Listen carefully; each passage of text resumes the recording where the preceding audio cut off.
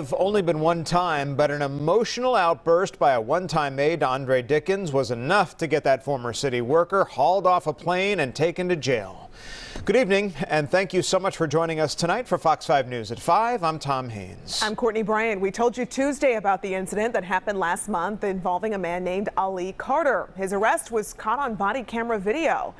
Well, now our Morse Diggs joins us live from Atlanta City Hall with a closer look at that arrest. Morse? Now, the allegation is very serious. A phone threat which included a weapon. Was Mr. Carter just blowing off steam?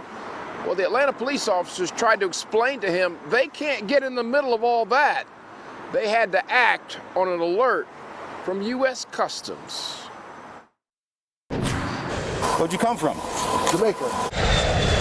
If your travels take you out of the country, better have all your affairs in order. The man we showed you at the top of this piece was flagged by Customs after having a 15-month-old warrant from a domestic situation that resulted in criminal allegations made by an ex-wife. Who's Mr. Carter here? Yeah. Ali Carter is making headlines this week because of Andre Dickens, Atlanta's new mayor.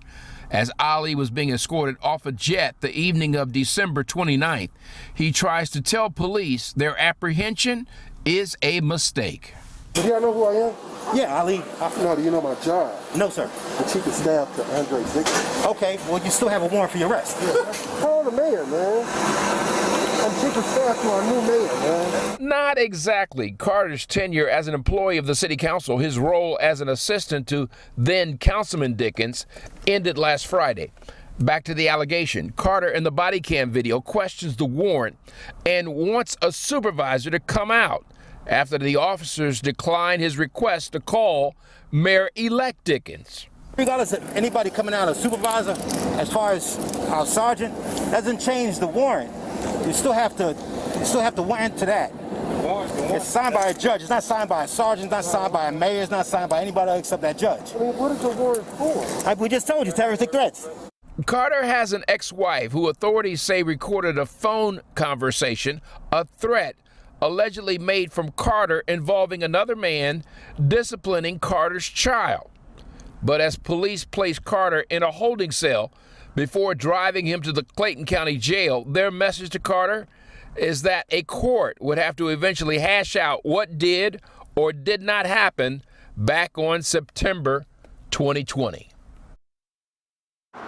Now, that ex-wife turned over that recording to the Villa Rica Police Department. I spoke to a supervisor there today.